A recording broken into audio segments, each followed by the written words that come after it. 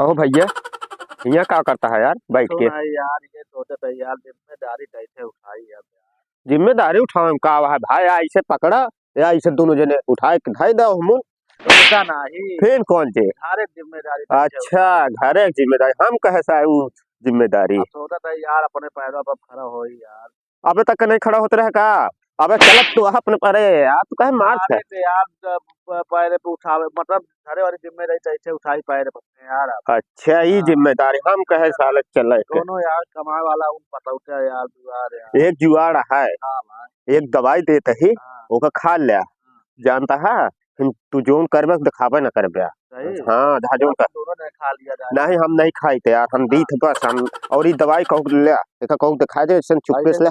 हाँ चुप्पे से खा ले दिखा दे तो ना काम करे। हाँ हाँ ठीक है जा। हाँ भैया मटरिया तो है सही हुई है। हाँ मटरिया बेच दे एक नहीं, अब दोबारा बेचे चलता ही यार। तोड़वा मन लगवा दे यही कहा का हाल है तो मटर उटरिया।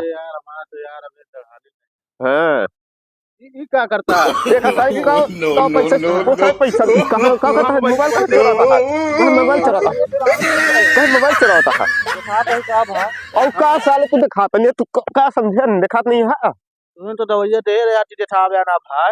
अरे यार तो तू कतो गलती खा, अरे यार गलती खा, अरे दिखा दे यार। यार